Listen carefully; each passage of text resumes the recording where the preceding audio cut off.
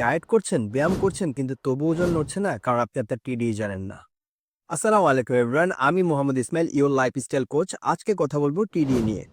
টিডি হলো total daily energy expenditure, অর্থাৎ আপনার ঘুমানো, হাঁটা, ব্যায়াম করা, ইভেন আপনি বসে থাকলেও সব মিলিয়ে দিনে আপনার শরীর মোট যত ক্যালোরি খরচ করে। ফর এক্সাম্পল, আপনার টিডি যদি হয় 2500 ক্যালোরি এবং আপনি যদি 2500 ক্যালোরি কনজিউম করেন, তাহলে আপনার ওজনে কোনো চেঞ্জ আসবে না। এবং আপনি যদি 2500 ক্যালোরির পরিবর্তে 2000 ক্যালোরি কনজিউম করেন, তাহলে ধীরে ধীরে আপনার ওজন কমবে। এবং আপনি যদি 2500 ক্যালোরির পরিবর্তে 3000 ক্যালোরি কনজিউম করেন, তাহলে ধীরে ধীরে আপনার ওজন বাড়বে।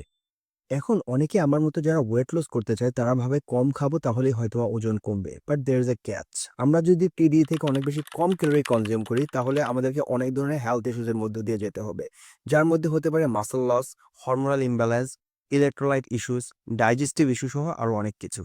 সো আমাদের গোল যদি হয় ওয়েট লস, তাহলে আমাদেরকে টিডি থেকে 300 থেকে 500 ক্যালোরি ডেফিসিটে যেতে হবে। এবং আমাদের গোল যদি হয় মাসল গেইন, তাহলে আমাদেরকে টিডি থেকে 300 থেকে 500 ক্যালোরি সারপ্লাসে যেতে হবে।